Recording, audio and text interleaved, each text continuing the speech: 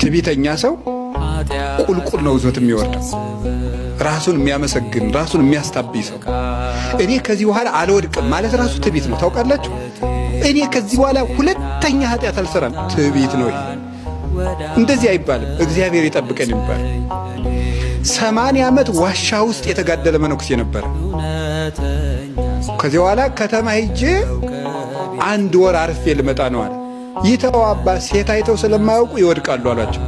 እኔ አባ 80 ዓመት ተቀጥቅጬ ተጋድዬ መላእክትን ለማየት በቅቼ የራስህን ውድቀት ተናገር አሉ። ሄደ፣ ውድቀት ገጠመው። ልጅ ወልዶ ተሸክሞ ይዞ መጣ። እንግዲህ ሰውን ካልሞተ አትመኑት አለ መጥቶ ከገዳሙ። ሰው ሲሞት ነው። ካልሞተ ሰው ገሌ ቅዱስ ነው አይባልም ማለት። ቢሰማ ኑሮስ ምክር እኔ ቅዱስ ነኝ፣ እኔ ንጹሕ ነኝ፣ እኔ አልወድቅም አይባልም።